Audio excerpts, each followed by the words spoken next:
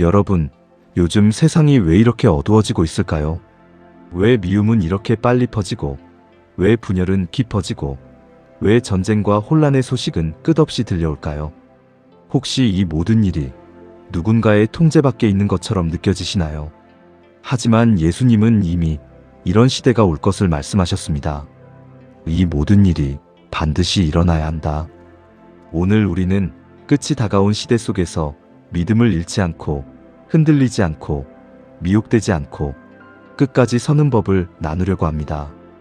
여러분, 주님은 곧 오십니다. 이 메시지를 통해 우리 모두가 그날을 준비하는 사람이 되기를 축복합니다. 여러분, 지금 우리가 사는 시대는 이전과는 완전히 다릅니다. 사람들은 말하지 않아도 알 수 있습니다. 무언가 달라졌습니다. 세상이 변했습니다. 이전과는 다른 무게가 있습니다. 그 이유는 단순합니다. 예수님이 미리 말씀하신 때가 왔기 때문입니다. 예수님은 마지막 때를 설명하시면서 이렇게 말씀하셨습니다. 전쟁과 전쟁의 소문을 듣게 될 것이다. 나라가 나라를 대적하고 민족이 민족을 대적할 것이다. 곳곳에 기근과 지진이 있을 것이다. 그리고 이렇게 덧붙이셨습니다. 너희는 두려워하지 말라. 이 모든 일이 반드시 일어나야 한다. 여러분, 여기서 중요한 단어는 반드시라는 단어입니다. 지금 일어나는 모든 혼란이 계획 밖의 사고가 아니라 계획 안의 과정이라는 의미입니다. 하나님의 손에서 벗어난 일이 하나도 없습니다. 그럼 왜 이런 일들이 필요할까요? 바로 적그리스도가 등장할 무대가 준비되기 위해서입니다. 세상이 어두워질수록 사람들의 마음은 혼란해지고, 도덕적 기준은 무너지고, 소망은 사라지고, 분별력은 약해집니다. 그때 적그리스도는 해결자처럼 등장합니다. 절망 가운데 빠진 세상은 쉽게 미혹됩니다. 히틀러가 독일을 장악할 수 있었던 것과 매우 비슷합니다. 절망과 빈곤, 도덕적 붕괴, 그리고 혼란 등. 그런 때에는 거짓된 지도자가 힘을 얻기 쉽습니다.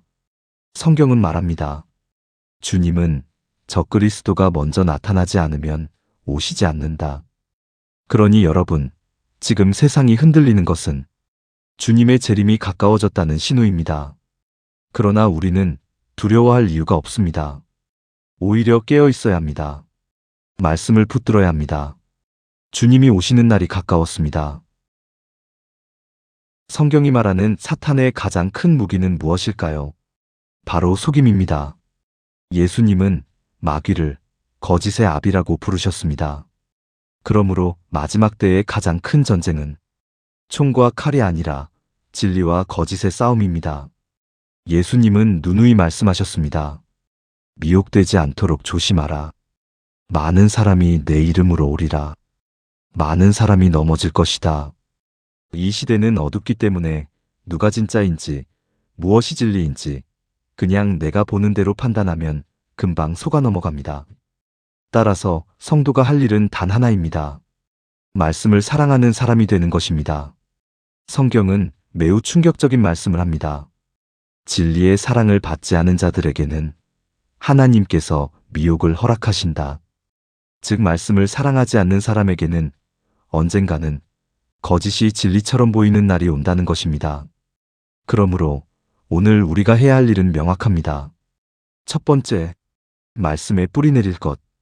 주일 설교만으로는 부족합니다. 세상은 하루 24시간 우리를 세뇌하려 합니다. 그래서 성도는 더 깊이 말씀 안에 있어야 합니다.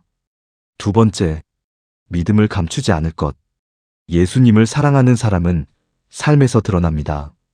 직장, 친구, SNS에서도 우리가 예수님을 사랑한다면 그 사랑은 자연스럽게 나타납니다. 그리고 예수님은 우리에게 경고하셨습니다. 나 때문에 미움을 받을 것이다. 그때 많은 사람이 예수님을 부인하고 뒤로 물러간다고 하셨습니다. 왜 그럴까요? 사람들의 인정이 더 중요하기 때문입니다. 하지만 주님은 분명히 말씀하십니다. 미지근한 자는 뱉어버리겠다. 뜨겁거나 차갑거나 하라. 지금은 회색지대에 머물 시간이 아닙니다. 명확하게 주님 편에 서야 합니다. 믿음을 감추지 말아야 합니다. 박해가 있더라도 주님을 선택해야 합니다. 예수님은 마지막 때 성도들이 겪게 될 일을 이렇게 말씀하십니다. 너희는 내 이름 때문에 모든 민족에게 미움을 받을 것이다. 너희를 넘겨주고 죽이기도 할 것이다. 이 말은 멀리 있는 이야기가 아닙니다.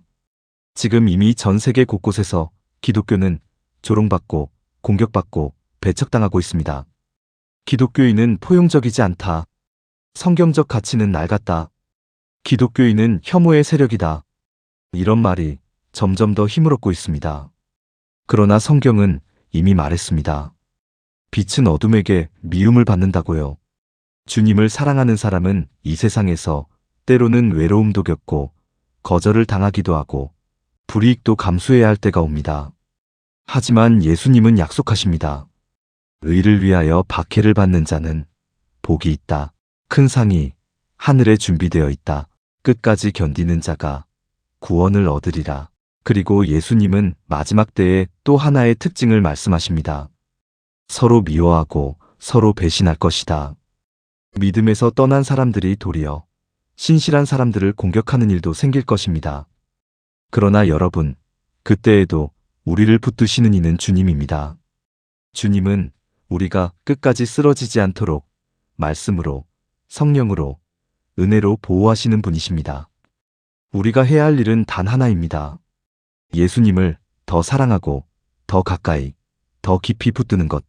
우리가 그렇게 할 때 아무리 세상이 흔들려도 우리는 흔들리지 않습니다. 주님은 곧 오십니다. 준비하십시오. 지금 세상은 흔들리고 있습니다. 하지만 하나님은 흔들리지 않습니다. 세상이 어두워질수록 주님의 빛은 더 또렷하게 드러납니다. 예수님은 말씀하십니다. 내가 속히 오리라. 그러므로 성도는 두려움이 아니라 기대함으로, 낙심이 아니라 믿음으로, 세상의 소리에 흔들림이 아니라 말씀에 뿌리내린 확신으로 서야 합니다. 사랑하는 여러분, 주님이 다시 오실 날이 가까웠습니다. 그러나 두려워하지 마십시오. 주님은 여러분을 붙드시는 분이십니다. 주 예수 그리스도의 은혜와 하나님 아버지의 사랑과 성령의 위로와 능력이 여러분의 마음과 가정과 삶에 오늘도 넘치기를 축복합니다. 아멘.